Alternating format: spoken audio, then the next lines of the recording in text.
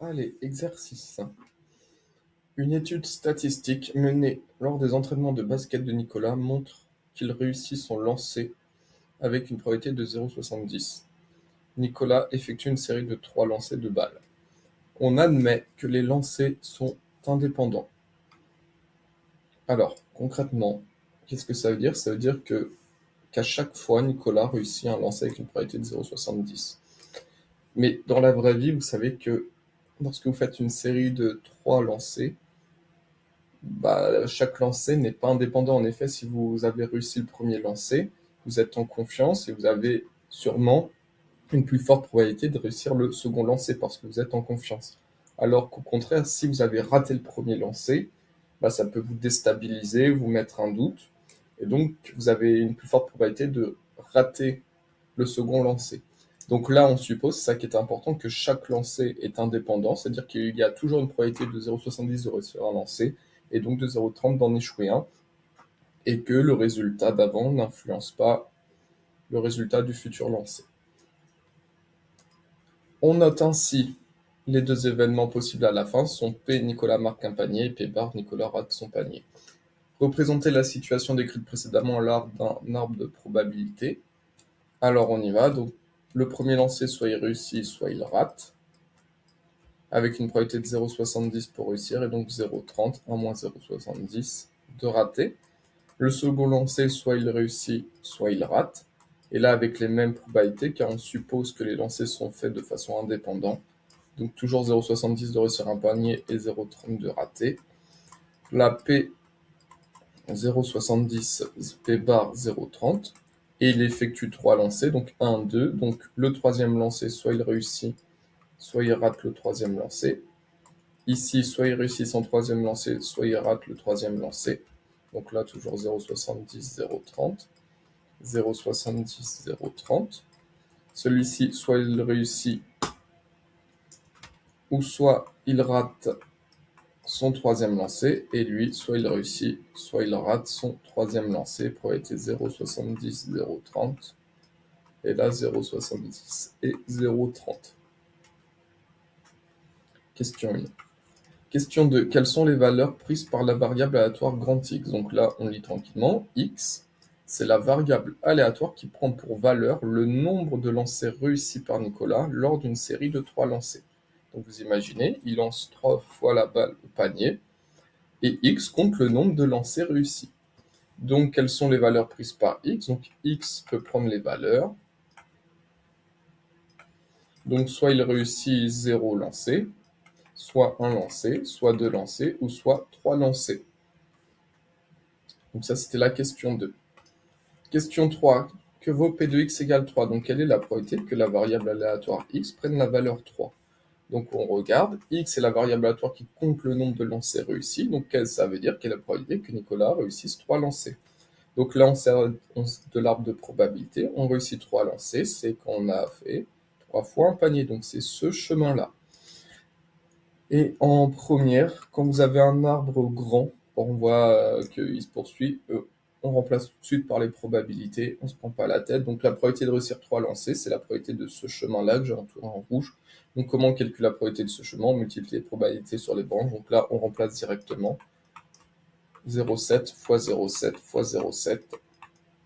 En fait, c'est P de P fois P de P fois P de P parce que les événements sont indépendants. Et donc 0,7 fois 0,7, ça donne 0,49 fois 0,7.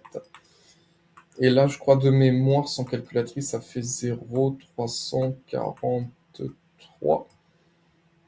Je vais vérifier. 9 fois 7, 63. Je pose 3, je retiens 6. 7 fois 4, 28. 28 plus 6, 34. Ouais, 0,343. Donc la probabilité qu'il réussisse 3 lancers est de 0,343. Ensuite, détermine la loi de probabilité de la variable aléatoire x. Donc on se souvient, dans la première ligne, on note les valeurs prises par x. Donc x, c'est soit 0, soit 1 panier, soit 2 paniers, soit 3 paniers. Et donc la loi de probabilité, on va utiliser l'arbre. Donc on a vu que la probabilité que x prenne la valeur 3 est égale à 0,343. Ensuite, on va regarder la probabilité que grand X soit égal à 0. Donc là, je suis à la question 4. La loi de probabilité, c'est le tableau. Donc la probabilité que la variable aléatoire x prenne la valeur 0. Donc ça veut dire que Nicolas met 0 panier. C'est-à-dire que c'est ce chemin-là dans l'arbre de probabilité. C'est-à-dire qu'il rate le premier panier, il rate le deuxième panier et il rate le troisième panier. Et donc, pour calculer la probabilité de ce chemin, on multiplie les probabilités sur les branches. C'est donc 0,3 fois 0,3 fois 0,3. 0,3 fois 0,3, ça donne 0,09. Et 0,09 fois 0,3, ça donne 0,27.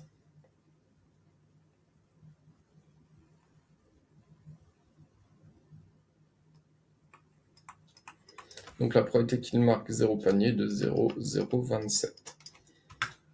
Ensuite, on vous dit de trouver la probabilité qu'il marque un panier. Donc, on veut la probabilité que grand X soit égal à la valeur 1. Donc la probabilité de marquer un panier, donc on part d'ici, donc pour marquer un panier, ça veut dire que Nicolas a réussi le premier panier, mais il a raté son deuxième tir et il a raté son troisième tir, donc c'est ce chemin-là. Donc ça va donner en probabilité 0,7 fois 0,3 fois 0,3, mais il n'y a pas que ce chemin-là où il marque un panier plus, il y a le chemin suivant, il rate son premier panier, mais il marque le deuxième panier et il rate le troisième panier. Donc il y a le chemin également là. Et la probabilité de ce chemin, c'est 0,3 fois 0,7 fois 0,3 plus. Et il y a un dernier chemin où il marque un panier, c'est qu'il rate le premier panier, mais il rate le deuxième panier, mais il réussit le troisième panier. Donc il y a le chemin ici, rater, rater, réussir, plus 0,3 fois 0,3 fois 0,7. Donc en fait, on constate que les probabilités, c'est 3 fois la même chose. 0,7 fois 0,3 fois 0,3, c'est pareil que 0,3 fois 0,7 fois 0,3, c'est pareil que 0,3 fois 0,3 fois 0,7. Donc c'est comme si on avait x plus x plus x. Donc en fait, on a 3 fois 0,7 fois 0,3 fois 0,3. Ce qui donne une probabilité de 3 fois 0,7 fois 0,3 fois 0,3, 0,189. Donc ça, c'est P de x égale 1, 0,189. Et pour trouver la probabilité qu'il réussisse deux paniers, soit on utilise l'arbre de probabilité, soit on sait que la somme des probabilités vaut toujours 1, donc on peut écrire que la probabilité que grand X soit égal à 2. On peut faire la technique où c'est 1 moins 0,027, moins 0,189, moins 0,343. Ça ira plus vite que de calculer tout. Donc, tac.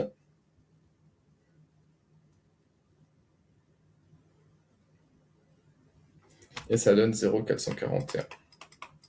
Sinon, on aurait pu utiliser l'arbre de probabilité également, réussir deux paniers, on regarde les deux chemins, panier, panier, raté, ce chemin-là, plus la deuxième possibilité, c'est panier, raté, panier, et enfin, c'est raté, panier, panier. Donc sinon, calculer les probabilités de ces trois chemins-là. Ok, on a la loi de probabilité. Question suivante, calculer l'espérance de la variable aléatoire x et interpréter le résultat. Donc l'espérance de x, on y va, donc ça donne 0 fois 0,027 plus 1 fois 0,189 plus 2 fois 0,441 plus 3 fois 0,343. Ce qui donne 0 plus 189 plus 0,882 plus 3 fois 0,343, ce qui donne 1,029. Et donc tout ça, ça donne 2,1. Et on vous demande d'interpréter le résultat. Donc l'espérance est une moyenne, c'est-à-dire qu'en moyenne,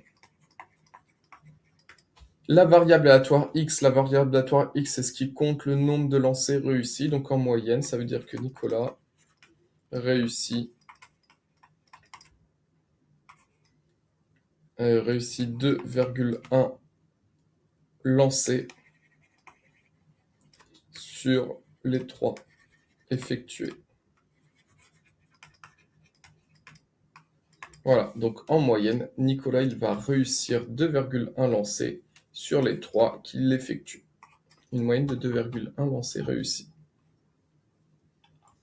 Ensuite, on vous dit, un organisateur propose le jeu suivant. Le spectateur paye 20 € pour jouer. Donc ça, c'est important de se souvenir de ça. On paye déjà 20 €. Puis, à chaque panier réussi par Nicolas, lors d'une série de 3 lancés, le spectateur gagne 8 €. Donc on gagne 8 € par panier réussi. On note Y, qui donne la variable aléatoire qui correspond au gain final du joueur.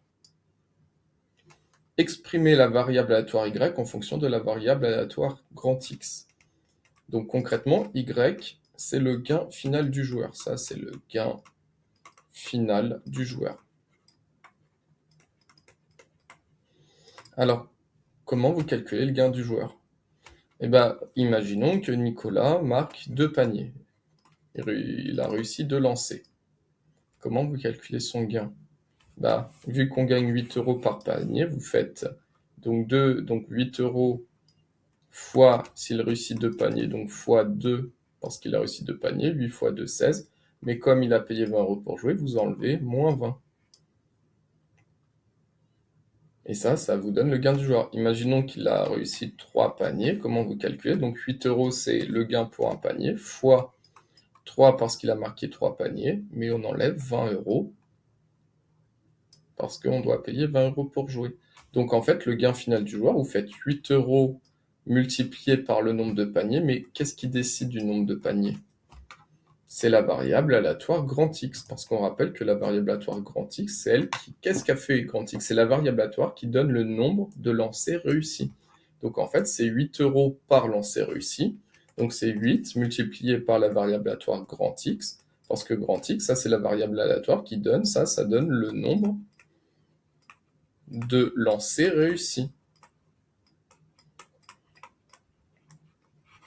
Donc, c'est 8 € fois le nombre de lancers réussis. X, c'est le nombre de paniers réussis.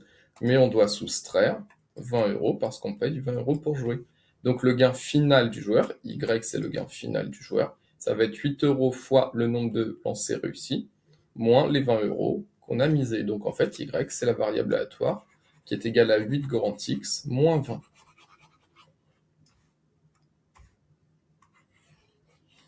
Ensuite, calculer l'espérance de la variable aléatoire Y et interpréter le résultat dans le contexte de l'exercice. Donc on y va. Donc nous, on veut l'espérance de la variable aléatoire Y. Or, Y, on l'a vu à la question 6, c'est 8x moins 20. Donc Y, on le remplace par 8x moins 20. Et là, on va appliquer la propriété de linéarité de l'espérance par linéarité de l'espérance.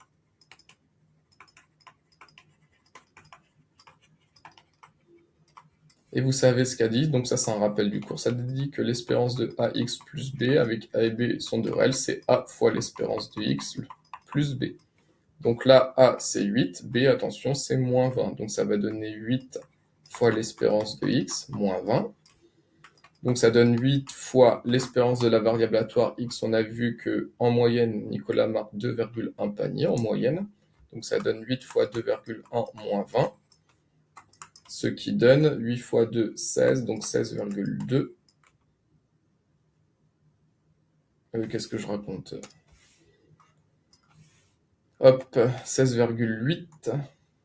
Parce que 8 fois 1, 8, et 8 fois 2, 16. Ok, 16,8 moins 20. Et ça donne moins 3,2. Donc l'espérance de la variable aléatoire Y est de moins 3,2. Et on interprète, ça veut dire qu'en moyenne, le joueur, et comme il y a un moins, c'est-à-dire perd 3,2 € par partie. Donc en moyenne, un joueur qui participe à ce jeu va perdre 3,2 €. Et donc question 8, ce jeu est-il en faveur du joueur? Réponse non. Le jeu n'est pas en faveur du joueur car l'espérance de la variable aléatoire Y est strictement négative. Ça veut dire qu'en moyenne, le joueur perd de l'argent. Donc le jeu n'est pas en faveur du joueur et ce n'est même pas un jeu équitable. Donc non, le jeu n'est pas équitable car l'espérance de gain est strictement négative. Donc voilà, donc si vous jouez à ce jeu, vous allez perdre en moyenne 3,2 €.